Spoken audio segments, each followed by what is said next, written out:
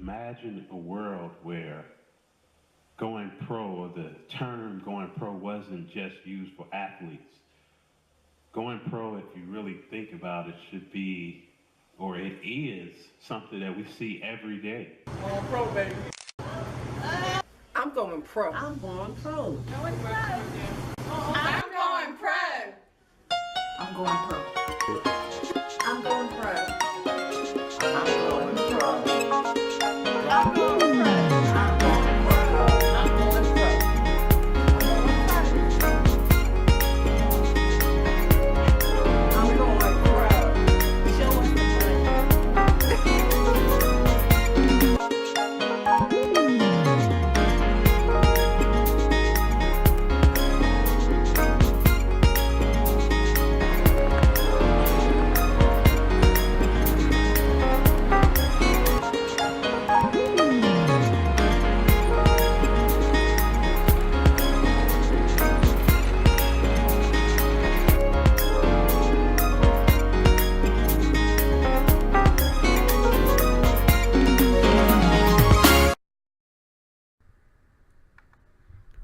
So thank you all for tuning in today. This is John G with Market Me Pro. So today what we're looking at is resumes. For the most part, resumes, they don't change. You have multiple people coming out with different types of resume types, styles. To get down to the bottom of it, you're just trying to show what you've done, your experience, and you're just putting it on paper. It's simple, your education and anything else that will qualify you for the position. I don't care what field you're in, resumes, they don't change for the most part.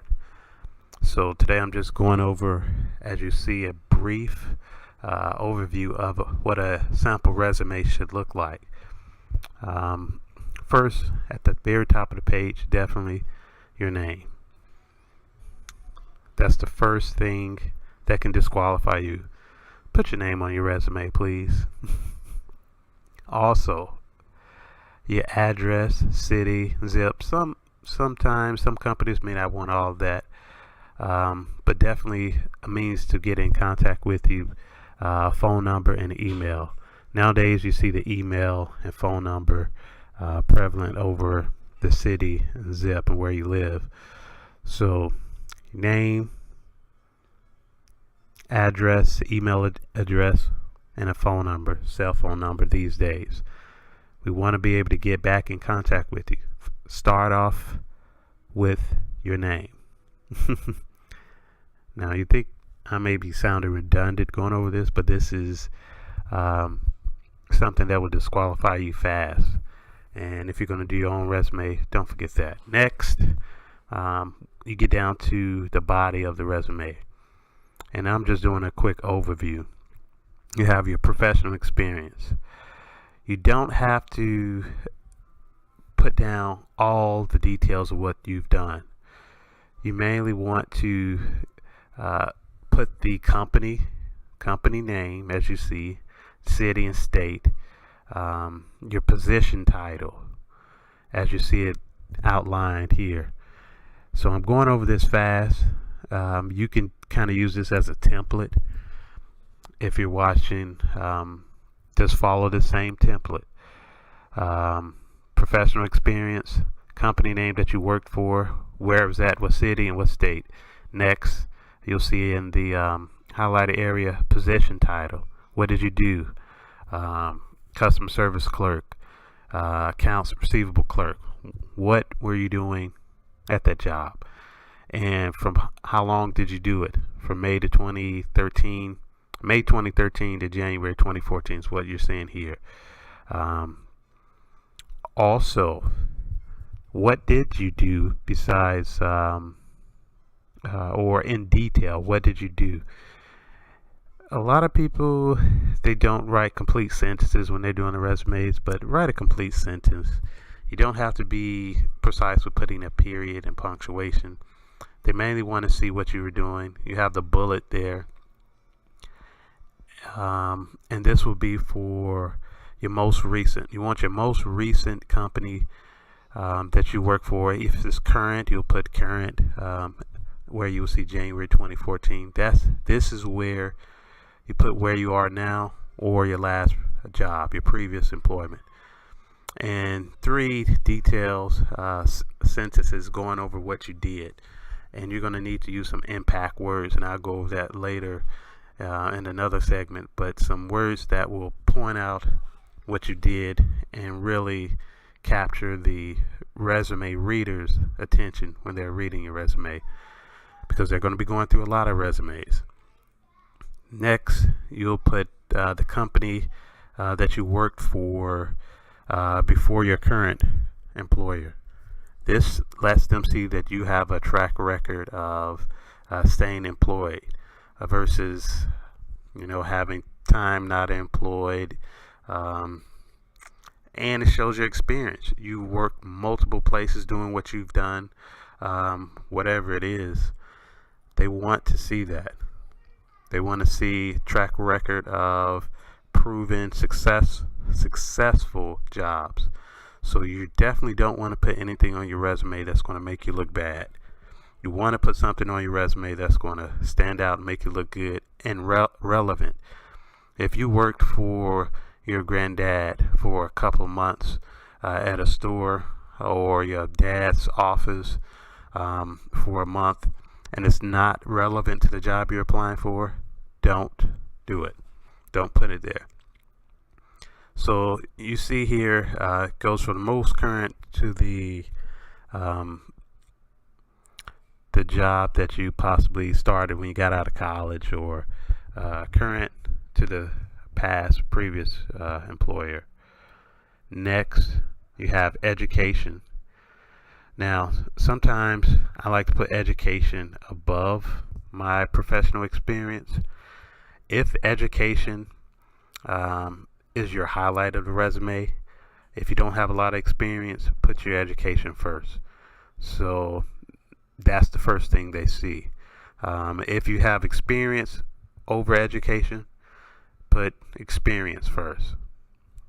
You have to follow that method. I would recommend following that method, because if you just got out of college, you don't have any experience, and you're putting worked for, let's say, Walgreens for one summer, and that's the only professional experience you have, then you have education, and you possibly have multiple degrees. Your education is the highlight of that resume. Please put education before experience if education is the highlight of the resume. If you've done 8 years in school, you want your education to be standing out over the experience where you've had one summer or one internship. So remember that method. If you've only graduated from high school but you have all this experience working different companies, you want to highlight your experience. Highlight the different companies you work for. That is the body and the meat of your professional life in that case. And at the bottom you have additional skills. Additional skills going over if you're proficient in Microsoft Excel. That's the thing these days. Different types of softwares, anything pertaining to the job. If you have different certifications, that's pertaining to the employment. And for the most part, you don't want to go beyond 1 page for your resume. Try to put as much on 1 page, because you have to think about who's going to be reading the resume. If they're reading this resume and they have 50 to go through, you want to get straight to the point. Impress them. That's why you want to highlight your strong suits. Once you impress them, keep it short, direct to the point, but impress them by highlighting your best suits. If your GPA wasn't the best, don't put that GPA up there. Put any type of clubs that you were in, anything that can highlight your experience in school.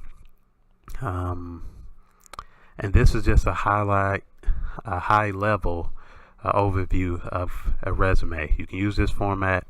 Definitely is very simple.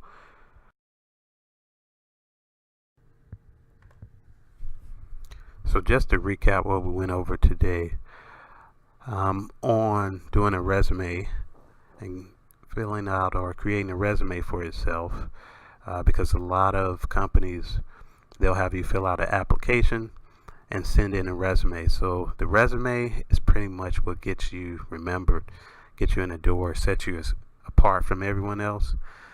So key thing to remember: your name, address, contact information. If they don't have the right address or right email address, right phone number, definitely if they don't have your correct name, the name is misspelled, or there's some problem with the name, when they try to get back in contact with you, there's going to be a problem. So also, number 2 was professional experience. We went over that. This is very high level, so I'll go over more in the future on different shows. But professional experience, we talked about the company name, where it is. Start with the most current. Start with your most current employer and work your way out from there. And education, you want to include your education there. If your education is a high level or is the highlight of your resume, you want your education to shine over your experience. So you may want to put that first. And vice versa. If you have more experience over education, you may want to put your experience first on the resume and have your education last or after experience. And we also touched on additional skill sets.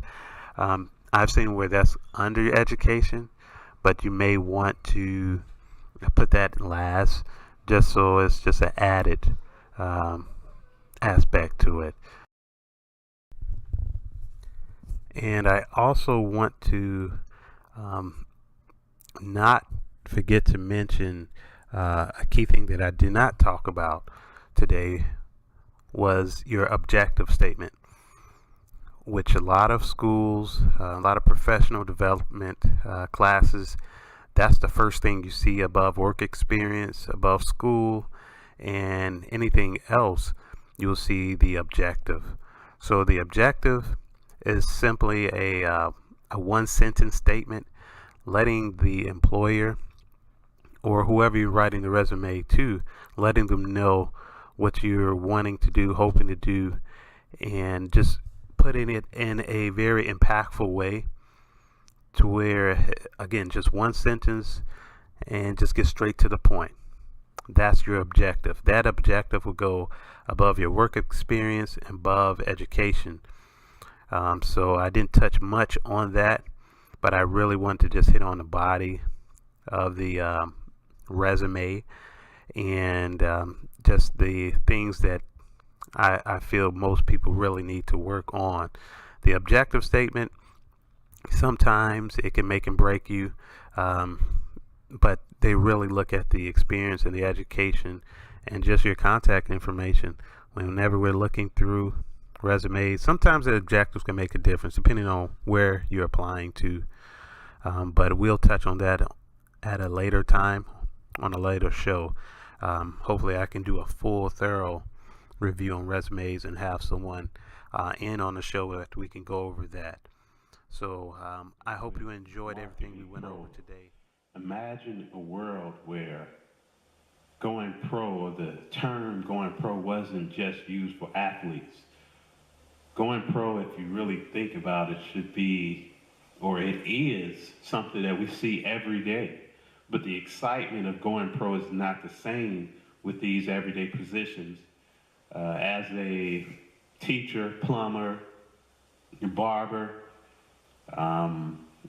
sometimes attorney, a doctor, they may have some excitement, but they're not the same as athletes.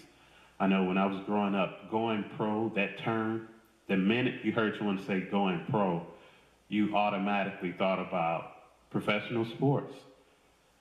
But in reality, there are more professionals out there in other fields.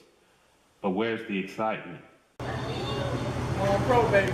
Of just getting something that getting a job that you really enjoy. So with Market Me Pro, definitely we want to push professionalism or becoming a professional and doing it in a way where we encourage people to take that job that you're passionate about, take your abilities, your talents, and you take it to the next level, but it's something that you're passionate about. Imagine a world where the barber or the teacher, once they graduated, you had this amount of employers or companies coming after them, or schools coming after them, targeting them. With Market Me Pro, I want, if possible, if we can push that mentality. And I say we because this is not something that one man could do, but it has to start. You hear a lot of people complaining about the people on the streets. They're not doing this, they're not doing that. Young people not living up to the elders' expectations. But it first has to have, or someone has to step up to want to teach and want to encourage that generation. You just can't complain about it. You have to do something about it. And this is my part. I know there's so many aspects that you could attack, but this is my part. And I want the thought process to be for young people that I'm going pro. I'm getting a job, or I'm gonna start my own business. I'm going pro. Because a professional and starting your own business, that's something very, very good. It's great. And it should come with some type of excitement, but it has to start from someone. I'm going pro. I'm going pro.